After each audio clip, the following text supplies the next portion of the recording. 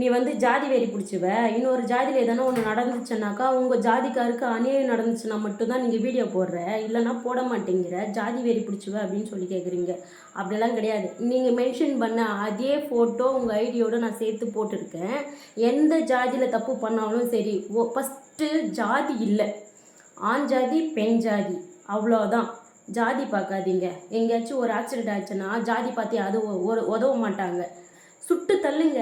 வெறி பிடிச்ச நாயை சுட்டு தள்ளும்ல, அந்த மாதிரி சுட்டு தள்ளுங்க. அவன் இந்த உலகத்துக்கெல்லாம் தேவையே கிடையாது. அவன் என்ன பிடுங்க போகிறான்? இன்னும் எவ்வளோ பொண்ணுங்களே கெடுத்து நாசனம் தான் பண்ண போகிறான். உடனே தூக்கு தண்டனை ஏற்றிட்டு தூக்கில் போட்டுடுங்க. என்ன எதுக்கு டைம் வேஸ்ட் பண்ணுறீங்க? அப்புறம் நான் வீடியோ போட்டாக்கா என்ன கொஸ்டின் பண்ண உங்களுக்கு ரைட்ஸ் இருக்குது, கேள்வி கேட்க ரைட்ஸ் இருக்குது.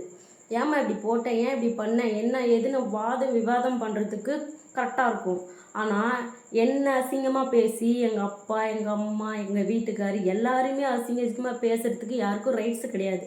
கெட்ட வார்த்தையில் எதுக்கு ஒரு பொண்ணோ பையனோ யாருக்கிட்ட எதுக்கு நீங்கள் கெட்ட வார்த்தை பேசுகிறீங்க?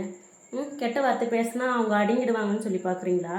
நீங்கள் பேசினா நானும் பேசுவேன்.